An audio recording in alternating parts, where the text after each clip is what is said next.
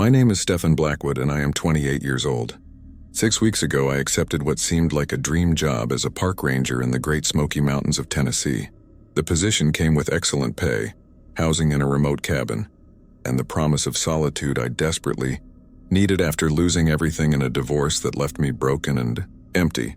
What they did not tell me during the interview was that rangers at Lookout Station 9 follow a set of rules that have nothing to do with forest fires or lost hikers. Rules that were written in blood and fear by those who came before me. Rules that stand between survival and something far worse than death. I should have known something was wrong when the previous ranger, a man named Jeremy Walsh, disappeared without a trace 3 months before my arrival. They found his cabin empty, his personal belongings untouched, his truck still parked outside. No note, no body, no explanation. Just an empty chair at the radio desk and a coffee mug that still held the cold remnants of his final morning. But I needed this job. I needed to escape the wreckage of my old life in Memphis, where every street corner held memories of my ex-wife Taylor and the future we would never have. So, when Regional Supervisor David Cunningham offered me $1,200 a week to watch over a section of wilderness that saw fewer than a dozen visitors per year, I signed the contract without asking the questions I should have asked. That was my first mistake. My second mistake was assuming the rules were just folklore. The interview took place in a cramped office in Gatlinburg, 40 miles from Lookout Station 9. David Cunningham sat behind a metal desk covered in topographical maps and incident reports. He was in his late 50s with the kind of weathered face that comes from decades spent outdoors. His eyes were pale gray, and they watched me with an intensity that made me shift uncomfortably in my chair. "The position is straightforward," David said, sliding a folder across the desk. "You will be stationed at Lookout 9 from April through October. 6 months of isolation. Your duties include maintaining trail markers, monitoring weather conditions, documenting wildlife activity, and reporting any unusual incidents to headquarters." "Unusual incidents?" I asked, opening the folder. Inside were standard employment documents, maps of my patrol area, and a thick packet of emergency procedures. Bears getting aggressive, hikers going off trail, equipment malfunctions. David leaned back in his chair. "Standard stuff. Nothing you cannot handle." I nodded, scanning the paperwork. The salary was generous, far more than I had earned at my previous job as an insurance adjuster. "Why did the last ranger leave?" David's expression did not change, but something flickered in those pale eyes. "Jeremy did not leave. He disappeared. We conducted a full search. Found nothing. Disappeared how?" I set the folder down. "Did he get lost? Was there an accident?" "We do not know." David pulled out a drawer and removed a single sheet of paper. The paper was laminated and looked old, the text typed on what must have been a manual typewriter. "What we do know is that every ranger who has completed their full assignment at Lookout 9 followed these rules exactly." He slid the paper across the desk. "Lookout Station 9, Ranger Rules Rule 1, check in by radio at exactly 6 a.m. and 6 p.m. every day. Never miss a check-in. If you miss one, we will come looking for you. If we find the cabin empty, we will not search for you. Rule 2, never leave the cabin after 10 p.m. for any reason. If you hear someone calling for help after this hour, do not respond. Do not open the door. Do not look out the windows. Rule 3, if you see smoke rising from the valley to the west, do not investigate. Mark the location on your map and report it during your next scheduled check-in only. Rule 4, the deer in this region are not aggressive. If a deer approaches your cabin and stares at you without blinking, go inside immediately and lock the door. Do not look at it through the windows. Wait until your next patrol to leave. Rule 5, there is a cave system approximately 2 miles north of your cabin. The entrance is marked with a red X painted on the rock face. Never enter this cave system under any circumstances. Rule 6, if you find personal belongings on the trails, backpacks, cameras, clothing, do not touch them. Mark their location on your map and report them during your scheduled check-in. Rangers will retrieve them. Rule 7, you may hear voices speaking your name during night hours. These voices may sound like people you know. Do not respond. Do not acknowledge them in any way. Remain silent until sunrise. I read through the list twice, looking for some indication this was a joke. David sat quietly watching my reaction. "This is serious?" I asked finally. "Deadly serious." David's tone left no room for humor. "These rules have been in place for over 40 years. Rangers who follow them complete their assignments without incident. Those who do not..." He trailed off, but the implication was clear. What happens if someone breaks the rules? They disappear. David stood up, signaling the interview was over. Jeremy was a good ranger. Smart, experienced, careful, but he got curious. He started asking questions about the cave system. He wanted to know what was inside. 3 days later, his cabin was empty. I folded the laminated sheet and tucked it into my jacket pocket. "I will follow the rules," David nodded. "Good, you start Monday. I will drive you up to the station and show you the setup. After that, you are on your own until October." David picked me up at 6 a.m. on Monday morning in a Forest Service truck. We drove for 2 hours, the paved roads giving way to gravel, then dirt. The forest grew thicker as we climbed, ancient trees pressing close on both sides. Fog clung to the mountains like a living thing, obscuring the peaks. "How often do people visit this area?" I asked as we navigated a particularly narrow section of road. "Not often." David kept his eyes on the road. "This section is too remote for casual hikers. The trails are unmarked on public maps. We keep it that way intentionally." "Why?" "Because some places are better left alone." He did not elaborate. We arrived at Lookout Station 9 around 8:30 a.m. The cabin sat in a small clearing surrounded by towering pines and oaks. It was larger than I expected, a 2-story log structure with a covered porch and a stone chimney. Solar panels covered the roof and a small generator shed sat 50 yards away. "Power is solar with a backup generator," David explained as we unloaded my supplies. "Radio is battery-powered with a charging station. You have got enough supplies for the first month. We will do a resupply run every 4 weeks." Inside, the cabin was functional but sparse. The main floor consisted of a kitchen area, a sitting room with a wood stove, and the radio station set up near the largest window. Upstairs was a bedroom and a small bathroom with a shower. David spent an hour showing me the equipment. How to operate the radio, how to read the weather instruments, how to maintain the solar panels. Finally, he pulled out a map and spread it on the kitchen table. "This is your patrol area." He traced a circle on the map with his finger, approximately 15 square miles. "Your primary route follows this ridgeline." He indicated a path marked in red. "Secondary trails branch off here, here, and here." I studied the map. "What is this?" I pointed to an area northwest of the cabin where the map showed only blank space. "The cave system." David's finger moved to a spot marked with a red X. "Rule number 5. Never enter." "I am serious, Stefan. People have tried. None of them came back." "What is in there?" "I do not know." David folded the map. "And I have been doing this job for 30 years. That should tell you something." He handed me a radio handset. "Check-ins at 8 a.m. and 6 p.m. sharp. If you miss even one, I send a team. If you are not here when they arrive, they seal the cabin and leave. Understand?" "I understand." David walked to the door, then paused. "One more thing. Jeremy kept a journal. We found it when we searched the cabin. Most of it was standard observations, but the last few entries..." He pulled a small notebook from his jacket and set it on the table. "Read it. It might help you understand why the rules matter." With that, he left. I watched through the window as his truck disappeared down the mountain road, the engine noise fading until all I could hear was wind through the trees and distant bird calls. I was alone. The first 3 days passed uneventfully. I hiked the primary trail each morning, checking markers and clearing fallen branches. The forest was beautiful in a way that Memphis never was.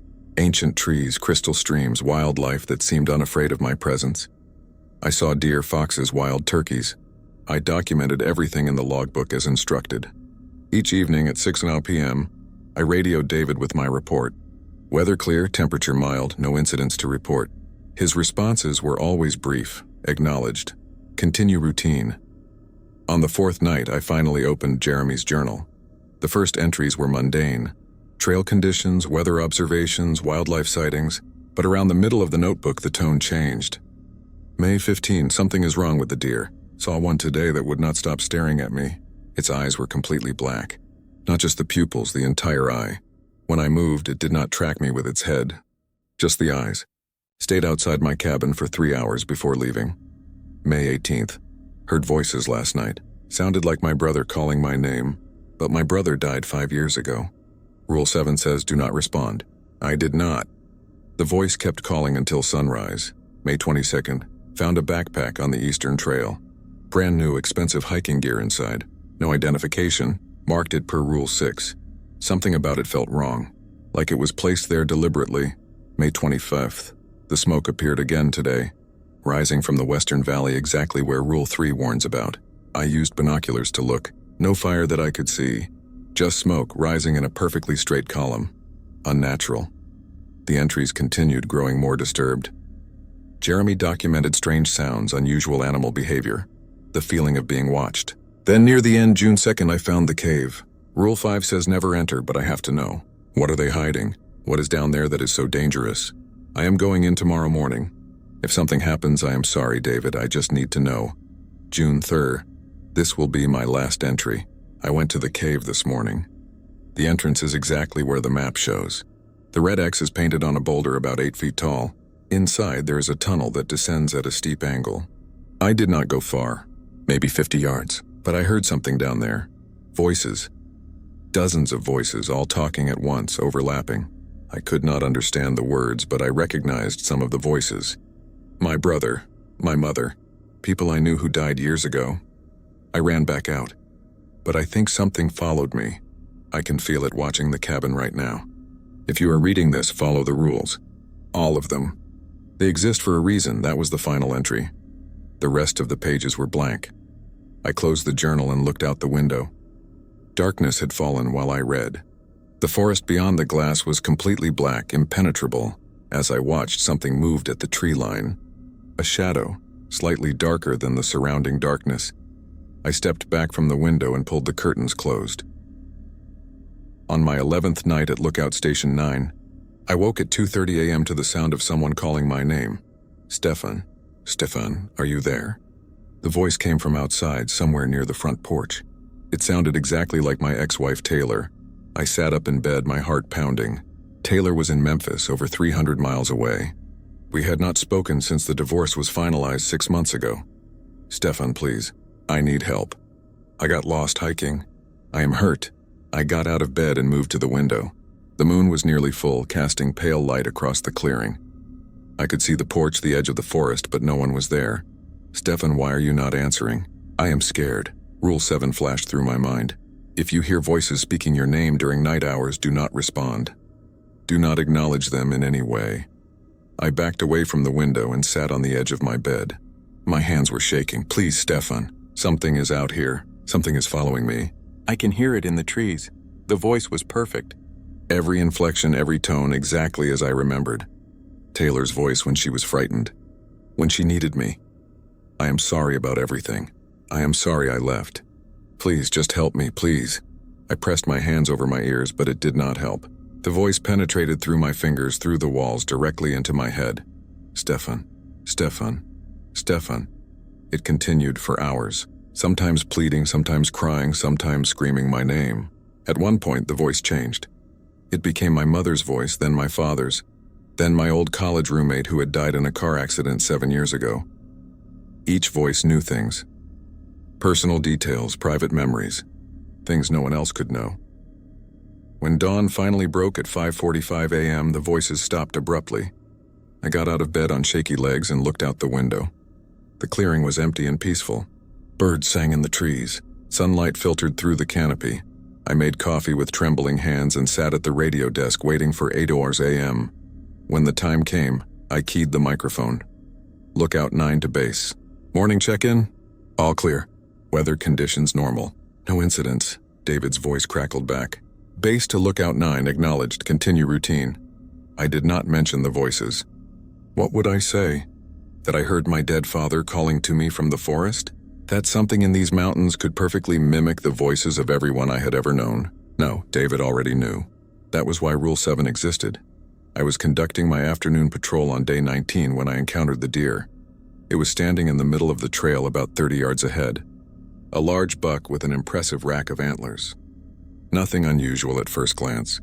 Deer were common in this part of the mountains, but as I approached, it did not move. Most deer would have bolted at the sound of my footsteps. This one just stood there, staring directly at me. I stopped walking, suddenly remembering Rule 4.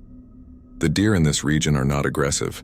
If a deer approaches your cabin and stares at you without blinking, go inside immediately. This was not at my cabin, but something about the animal made my skin crawl. Its eyes were wrong, too dark, too focused, and it was not blinking. I counted slowly to 30, watching. The deer did not blink once. I took a step backward. The deer took a step forward. I took another step back. The deer matched me, maintaining the exact same distance between us. My heart rate increased. This was not normal animal behavior. Deer did not stalk humans. They did not match your movements step for step. I turned around and walked quickly back toward the cabin, not quite running, but moving faster than a casual pace. I could hear hoofbeats behind me. Not running, just walking, matching my speed exactly. I did not look back. I kept my eyes forward and picked up my pace. The hoofbeats stayed with me, never getting closer but never falling behind. When I reached the clearing, I ran the final 50 yards to the cabin and slammed the door behind me. I locked it and moved to the window, pulling aside the curtain just enough to peek out. The deer stood at the edge of the clearing, exactly where the forest met the open space. It stared at the cabin with those unblinking black eyes. Not just the pupils. The entire eye was black, just like Jeremy had described in his journal. I closed the curtain and backed away from the window. Rule 4 said to wait until my next patrol to leave. I checked my watch. 3 p.m. That meant staying inside for the rest of the day and through the night. I prepared dinner and tried to read, but I kept glancing at the windows. Every time I looked, the deer was still there, standing perfectly still, staring at the cabin. As darkness fell, I could still see its silhouette in the moonlight, a darker shadow against the tree line. I did not sleep that night. I sat at the kitchen table with a flashlight and Jeremy's journal, rereading his accounts of the deer with black eyes. At 5:47 a.m., just before sunrise, I heard it. The sound of hooves on the wooden porch. Slow, deliberate steps, walking back and forth outside the front door. I sat frozen, not daring to move. The steps continued for several minutes, then stopped. Silence followed. Complete, absolute silence. Even the normal forest sounds had ceased. When my watch showed 8 a.m., I made my radio check-in as usual. Morning check-in. Weather clear.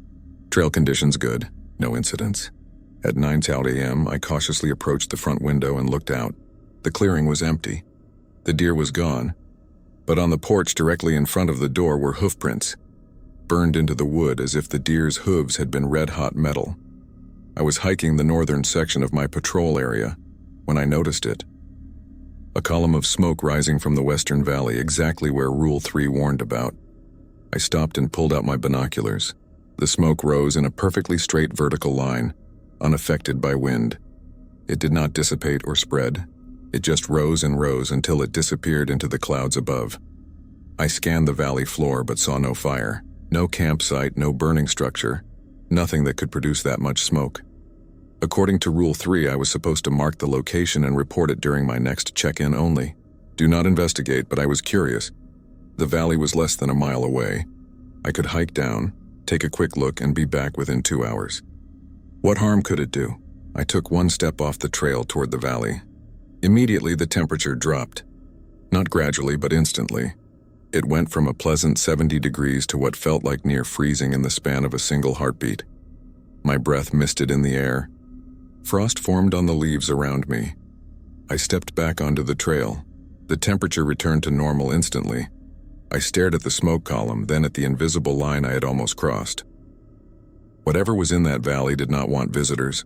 I marked the location on my map and continued my patrol, forcing myself not to look back. That evening at 6 p.m., I made my check-in. Evening check-in from Lookout 9. Observed smoke in Western Valley at coordinates.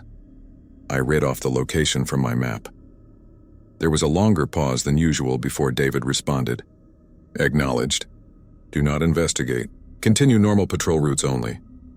Understood. Stefan. David's voice was serious. How close did you get? I did not investigate. I saw it from the northern ridge. Another pause.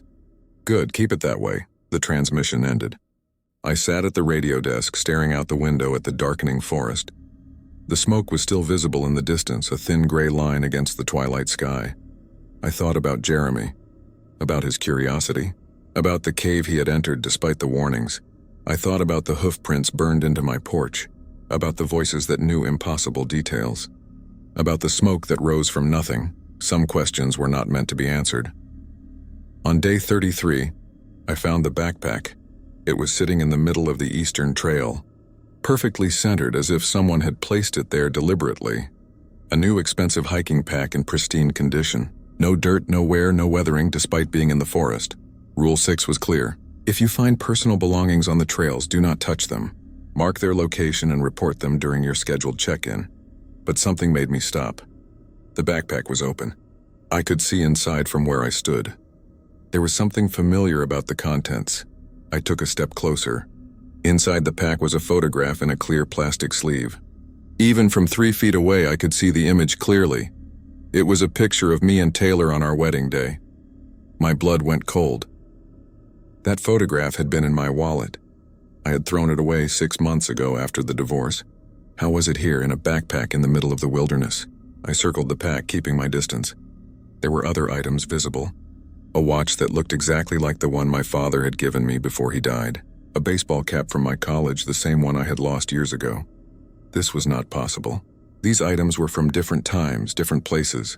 Some of them I had lost or discarded years apart. Yet here they all were, collected together in a brand new backpack. I pulled out my radio. "Lookout 9 to base. Priority call." David responded immediately. "Base to Lookout 9, go ahead." I found a backpack on the eastern trail. It contains personal items, items that belong to me. Silence for several seconds. "Do not touch it. Mark the location. I am sending a recovery team." "How did my belongings get out here?" "Mark the location and return to your cabin. Now." The urgency in his voice made me comply. I took out my GPS unit, marked the coordinates, and started back toward the cabin. Behind me, I heard a zipper. The sound of the backpack being opened further. I did not look back. I walked faster, my boots crunching on the trail. The sound of rustling fabric followed me, something searching through the backpack's contents. I broke into a run. The rustling sound stayed with me until I reached the cabin. I slammed the door and locked it, breathing hard. Through the window, I watched the trail. Nothing emerged from the forest, but I could still hear it, faint but unmistakable. The sound of a zipper being opened and closed, over and over and over. The recovery team arrived the next morning. 2 rangers in a truck. They did not speak to me beyond a brief greeting. They hiked out to the coordinates I had provided and returned 2 hours later with the backpack sealed in a plastic evidence bag. As they loaded it into their truck, I asked, "What was in it?" The older ranger looked at me. His face was weathered and hard. "Nothing you need to worry about, but those were my things. My photograph, my father's watch, they were not yours." He climbed into the truck. They never were. They drove away without further explanation. I made it through week 6 without incident. No voices at night, no deer with black eyes, no mysterious smoke or impossible backpacks. The calm should have been comforting. Instead, it felt like a held breath, like the forest was waiting for something. On day 42, my radio crackled to life at 3 RPM. David's voice came through, tense and clipped. "Lookout 9, this is base. Emergency check-in. Respond immediately." I grabbed the handset. "This is Lookout 9, I am here." "What is wrong?" "We received a distress signal from your location 15 minutes ago. Someone used your radio to call for help."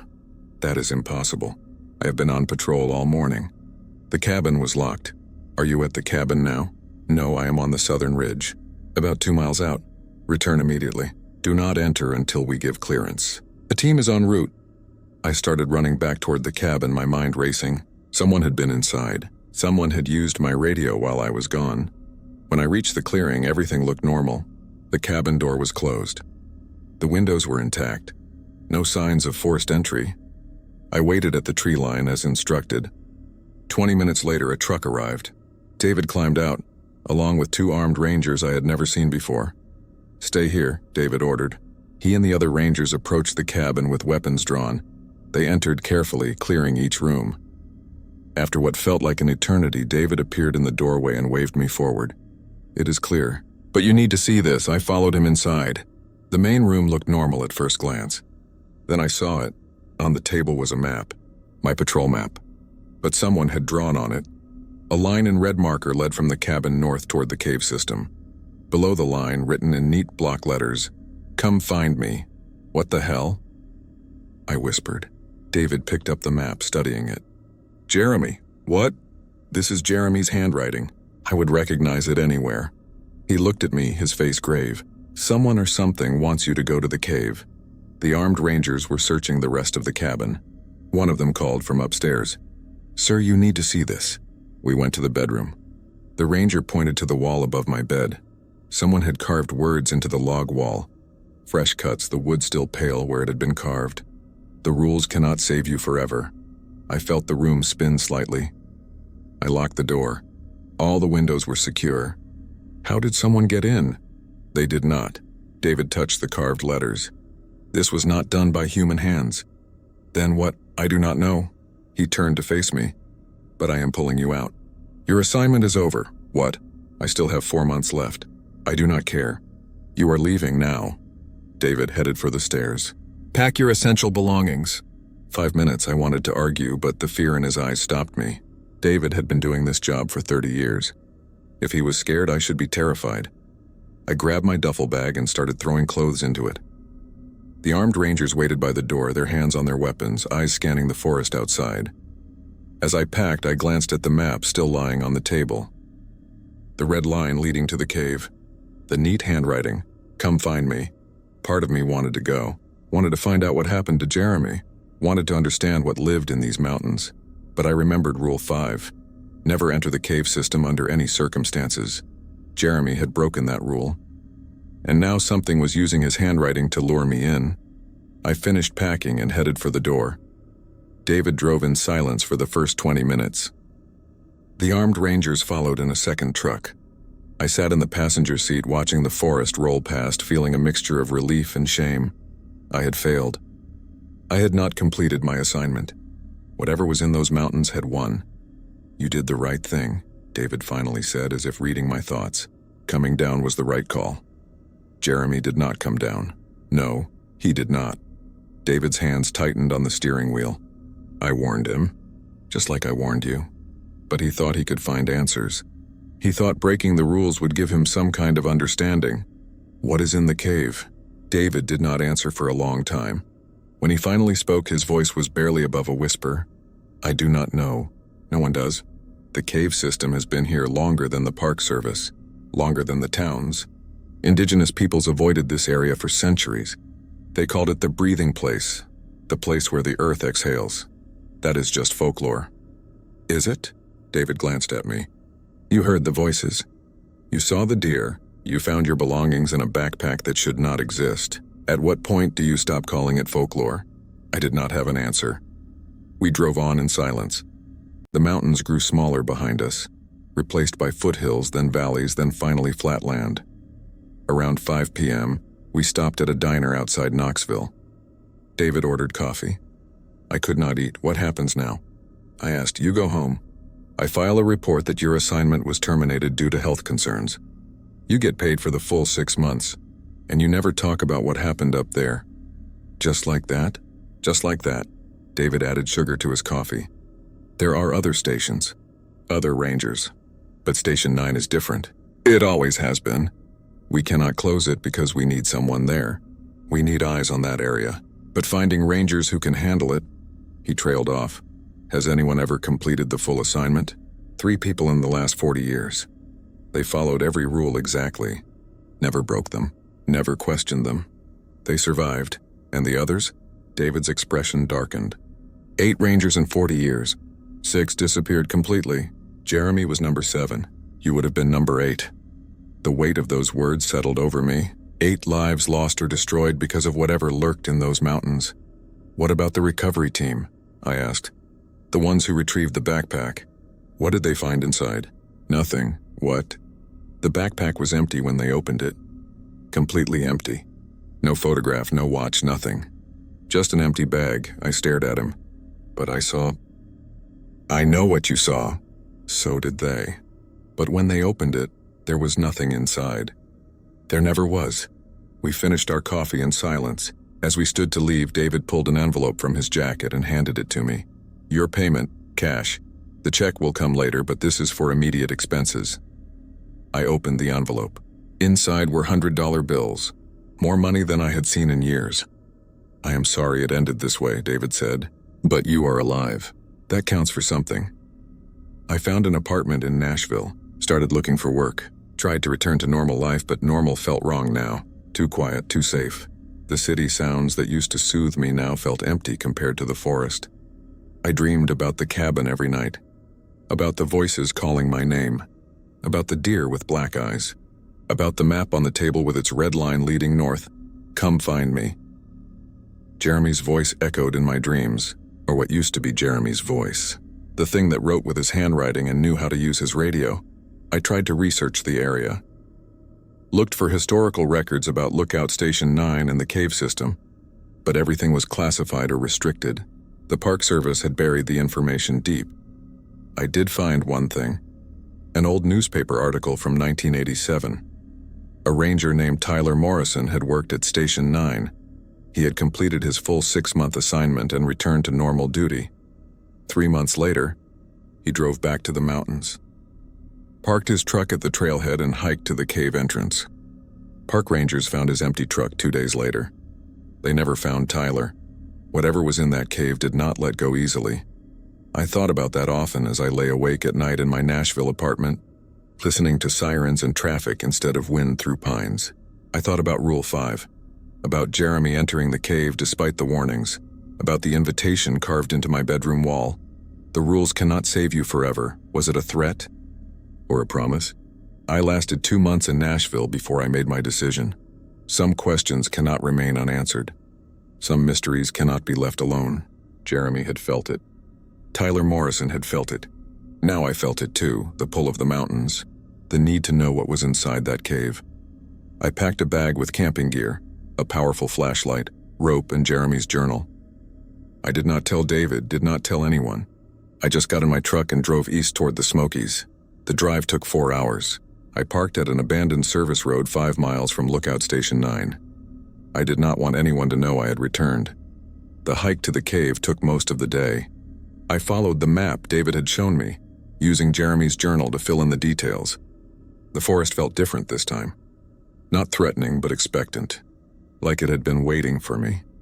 I reached the cave entrance just before sunset. The red X was still painted on the boulder, exactly as described. The paint looked fresh, as if someone had recently touched it up. The entrance was a crack in the rock face, just wide enough for a person to squeeze through. Beyond, I could see only darkness. I thought about turning back. Thought about Rule 5 and all the warnings. Thought about the 8 rangers who had disappeared. But I also thought about the voices that knew impossible things. The deer with eyes like black holes. The backpack full of my memories that did not exist. I wanted answers. I squeezed through the crack and entered the cave. The tunnel sloped downward at a steep angle. My flashlight beam barely penetrated the darkness ahead. The air was cold and damp, smelling of earth and something else. Something organic and old. I descended slowly, using the rope to secure myself against the slippery rock. The tunnel continued for what felt like forever, twisting and turning, always going deeper. After what my watch said was 45 minutes but felt like hours, the tunnel opened into a larger chamber. I swept my flashlight around the space. The chamber was roughly circular, perhaps 50 feet across. The walls were covered in carvings. Not random scratches, but deliberate symbols and patterns that spiraled from floor to ceiling. They were the same symbols I had seen on the trees during my patrols. The same markings Jeremy had sketched in his journal. In the center of the chamber was a hole, perfectly round, about 6 feet in diameter, descending straight down into blackness. I approached it cautiously and shined my light into the depths. The beam did not reach the bottom. The hole seemed to go down forever. As I stared into it, I heard the voices. They rose from the depths like steam from hot water. Dozens of voices, all speaking at once. Some whispered, some shouted, some laughed, some screamed. They overlapped and intertwined until they became a single incomprehensible chorus. But occasionally, individual words broke through the chaos. Stefan, come down. We have been waiting. Join us. I recognized some of the voices. Taylor, my father, my mother, Jeremy, all the people who had called to me from the forest during those long nights at the cabin. But there were others too. Voices I did not recognize. Dozens of them. Maybe hundreds. I backed away from the hole, my heart hammering. This was wrong. This was a mistake. I needed to leave. As I turned toward the tunnel entrance, my flashlight beam caught something on the wall. Fresh scratches carved into the stone. Words in Jeremy's handwriting. Do not go down. They are not who they sound like. They take your voice. They take everything. I was wrong. The rules were right. Get out while you still can. Below that, in different handwriting, older but still legible. Tyler Morrison was here. 1987. Heard my dead wife, went down. She was not there. Do not make my mistake. And below that, in handwriting so old it was barely visible, Harold Chen, 1979. The hole has no bottom. David tried to warn me. I should have listened. The wall was covered in warnings. Decades of messages left by rangers who had broken Rule 5. Rangers who had entered the cave and somehow escaped to warn others. But not all of them had escaped. Some names appeared with no messages, just names and dates carved into the stone. Max Fitzgerald, 1983 Jeremiah Cross, 1991 Alina Morrison, 2004 Rangers who had gone down into the hole and never returned. The voices from below grew louder. More insistent. Stefan, please. It is Taylor. I am down here. I need you, son, come help me. I am trapped. We are waiting for you. We have always been waiting. I grabbed my rope and started back toward the tunnel entrance. Behind me, the voices rose to a crescendo. What had been individual voices merged into a single massive roar that shook the cave walls. Rocks fell from the ceiling. The ground trembled beneath my feet. I ran. The tunnel seemed longer going back. The slope steeper. My flashlight flickered, threatening to die. Behind me, something was moving through the darkness. Something massive scraping against the tunnel walls. I could hear breathing. Not human breathing. Something that sounded like wind through a cave system, but deliberate. Purposeful. It was following me. I burst through the cave entrance just as my flashlight died completely. I fell to my knees on the rocky ground outside, gasping for breath. Behind me at the entrance, something moved in the darkness. Too large to fit through the crack, but it was there, pressing against the opening from inside. You came back, a voice said from the cave. My voice. We knew you would. They all come back eventually. I scrambled to my feet and ran. I did not stop running until I reached my truck 2 hours later. I drove straight to David's office in Gatlinburg. It was 11:30 p.m. when I arrived. The building was dark, but his truck was in the parking lot. I pounded on the door until he opened it. He stood in the doorway in jeans and a t-shirt, looking exhausted. Stefan, what the hell are you doing here? I went to the cave. His expression shifted from confusion to horror to anger in the span of seconds. You did what? I had to know. I had to understand what was down there. David grabbed my arm and pulled me inside, slamming the door behind us. Are you insane? Do you have any idea what you have done? I saw the chamber, the hole. The warnings on the walls. I know what happened to Jeremy. To Tyler, to all of them. David released my arm and ran his hands through his gray hair. Did you go down? No, I read the warnings. I heard the voices. I left. He let out a breath he seemed to have been holding. Thank God, thank God. He moved to his desk and pulled out a bottle of whiskey and 2 glasses. Sit down. You need to hear the truth. I sat. He poured us each a generous amount and downed his in one gulp before refilling it. The cave is not natural, he began. We do not know what it is or how long it has been there. The indigenous peoples who lived in these mountains before colonization had stories about it. They called it the breathing place, the place where the earth exhales the dead. The dead? The voices you heard. They are not the actual people. They are echoes, memories. Whatever is down in that hole, it collects them. Every person who has died in these mountains over thousands of years, their final thoughts, their final words, their dying moments, all of it gets pulled down into that hole. I took a drink, the whiskey burning my throat. That is impossible, is it? You heard your ex-wife and your father, both very much alive. You heard Jeremy, who disappeared months ago. The hole does not just collect the dead. It collects the living too. Their voices, their memories, their identities. It pulls them down and adds them to the chorus. Yes, Jeremy went down. David nodded grimly. I think so. The recovery team searched the cave after he disappeared. They found his flashlight at the edge of the hole. Nothing else. No body, no equipment, just the flashlight. What is at the bottom? I do not know. No one does. We have sent cameras down on cables. The hole goes down at least 3,000 feet, maybe more. The cables break eventually. The cameras stop transmitting. But before they do, they pick up something. What? David pulled out a file from his desk drawer and removed several photographs. He spread them on the desk. These were taken 18 months ago. The last attempt to map the cave system. I looked at the photographs. They showed the hole from various angles and depths. Grainy images of rough stone walls disappearing into darkness. But in one photograph near the bottom of the frame, there was something else. A shape, pale and massive, pressed against the wall of the hole. It was too large to be human, too organic to be rock. What is that? We do not know, but it is alive. Or it was alive. Or it will be alive. Time does not work normally down there. Rangers who have gone down and somehow made it back out report losing days or weeks. One ranger went down for what he thought was 10 minutes. When he climbed out, 3 months had passed. I stared at the photograph, trying to make sense of the shape. The longer I looked, the more it seemed to shift and move, even though the image was static.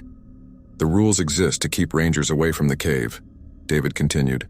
Everything else, the voices, the deer, the smoke, they are all connected to whatever is down there. The closer you get, the more active the phenomena become. The cave is the source, the origin point. Why not just close it? Seal it off? We tried. In 1981, we filled the entrance with concrete. 3 days later, the concrete was gone. Not broken or eroded, just gone. We tried again with steel plates welded together. Same result. Whatever is down there does not want to be sealed away. I finished my drink and set the glass down. So what do?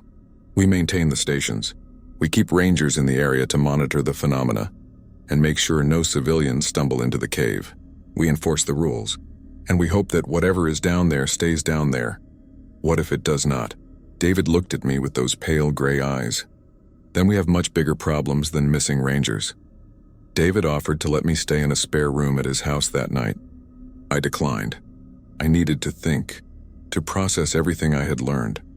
I checked into a motel outside Gatlinburg and lay awake staring at the ceiling. The voices from the cave echoed in my memory. Not my father's voice or Taylor's voice, but my own voice calling up from the depths. We knew you would come back. What did that mean? How could it know I would return? Unless part of me was already down there. Unless entering the cave, even without descending into the hole, had been enough to leave some fragment of myself behind. The thought terrified me more than anything else. Around 3 a.m., I gave up trying to sleep. I grabbed Jeremy's journal and started reading through it again, looking for details I might have missed. Near the end, I found an entry I had skimmed over before. May 28th, I think I understand now. The hole is not just a physical place. It is a threshold, a boundary between what is and what was. The voices are not calling us down. They are warning us away. They do not want us to join them. They want to escape, but something down there will not let them leave. It holds them, collects them, feeds on them. The rules are not to protect us from the phenomena. They are to protect us from becoming part of it. I read the passage 3 times trying to understand. If Jeremy was right, then every warning, every manifestation, every strange occurrence was not an attack. It was a desperate attempt by the trapped voices to keep others from joining them.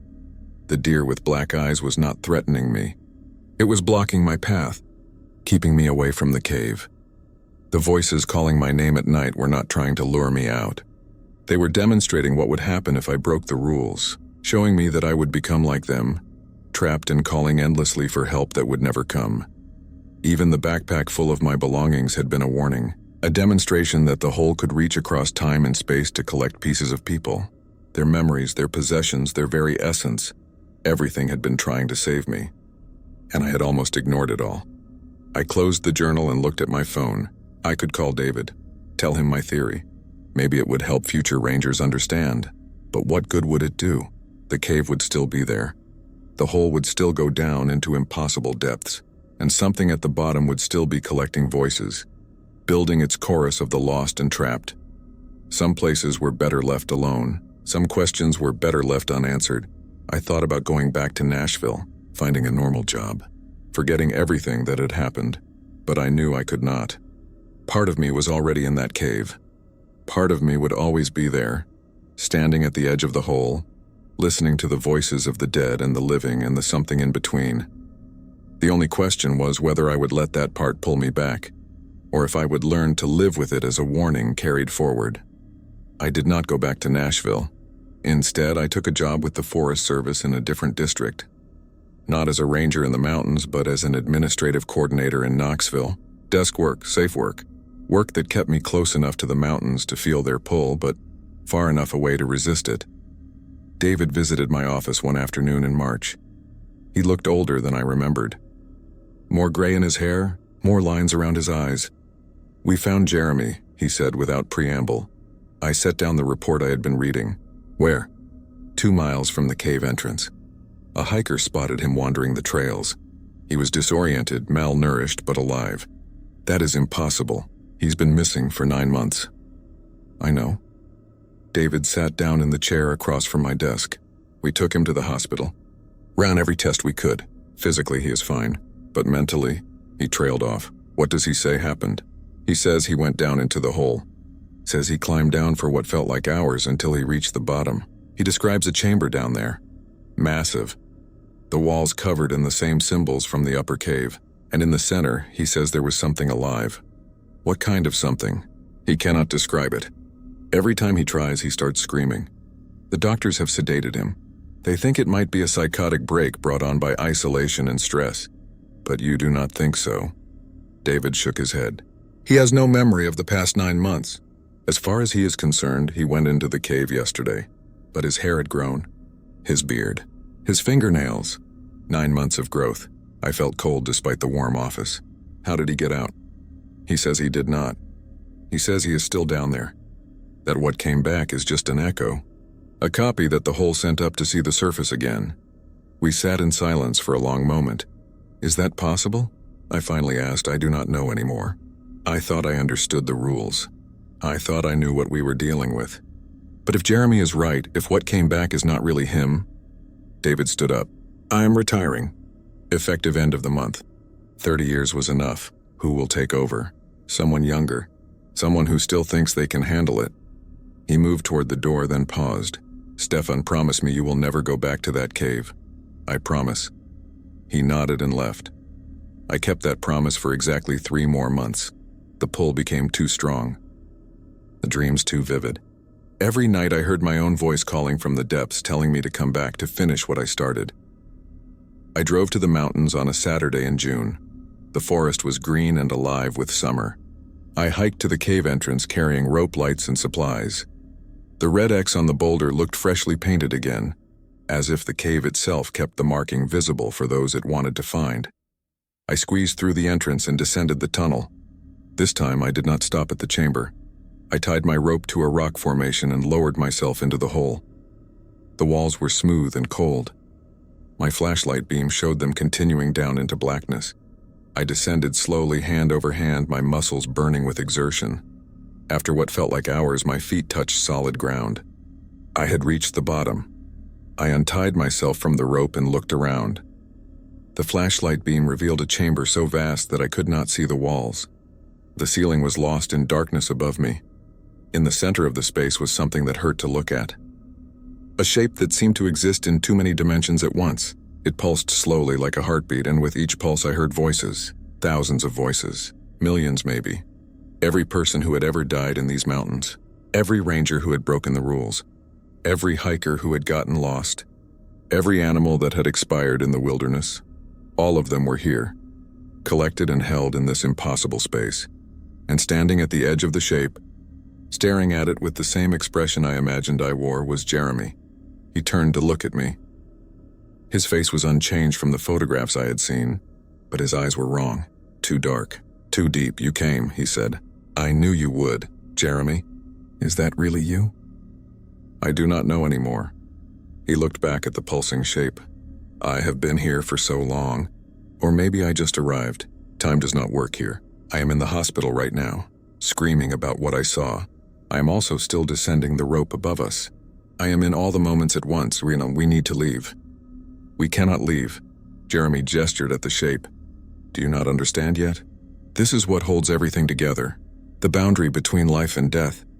The place where consciousness goes when it has nowhere else to go.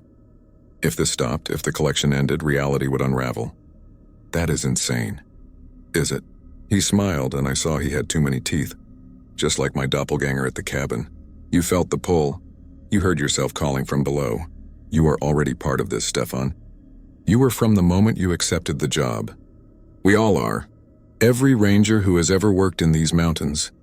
We are all down here, whether our bodies know it yet or not. The shape pulsed again, and I heard my own voice among the chorus. Not calling for help, just existing, being. A fragment of my consciousness that had been pulled down and absorbed into the collection. I understood then. The rules were not meant to save us. They were meant to delay the inevitable. Every ranger who followed the rules bought themselves time, but eventually we all ended up here. Some took the shortcut by breaking Rule 5. Others waited out their assignments and went home, but part of them always remained, calling them back. There was no escape. There had never been an escape. What do we do? I asked. Jeremy walked toward the shape. As he got closer, his body began to dissolve.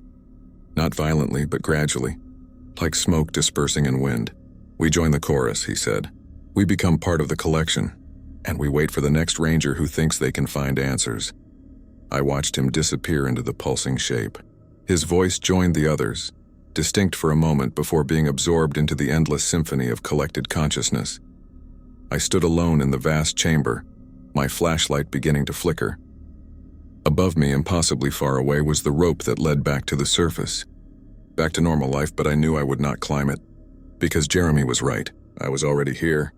The me standing in this chamber was just catching up to the part of me that had been collected the moment I entered these mountains 6 months ago. I took a step toward the shape. Then another. The voices welcomed me home. This account was found on a laptop in a storage unit rented by Stephen Blackwood in Knoxville, Tennessee. The unit was seized for non-payment 6 months after Mr. Blackwood disappeared during a solo hiking trip in the Great Smoky Mountains. No body was ever recovered. His truck was found at a remote trailhead, with a map marked with coordinates leading to an undisclosed location in the park. The Forest Service maintains that Stephen Blackwood's disappearance is consistent with dozens of similar cases over the past 40 years. They attribute these disappearances to the challenging terrain and isolated conditions of the region. Lookout Station 9 remains operational. The position is currently vacant. Applications are being accepted. The rules are non-negotiable. Rule 1. Check in by radio at exactly 8 a.m. and 6 p.m. every day. Rule. Never leave the cabin after 10 p.m. for any reason. Rule. If you see smoke rising from the valley to the west, do not investigate. Rule 4. If a deer approaches your cabin and stares without blinking, go inside immediately. Rule 5. Never enter the cave system marked with a red X. Rule 6. If you find personal belongings on the trails, do not touch them. Rule 7.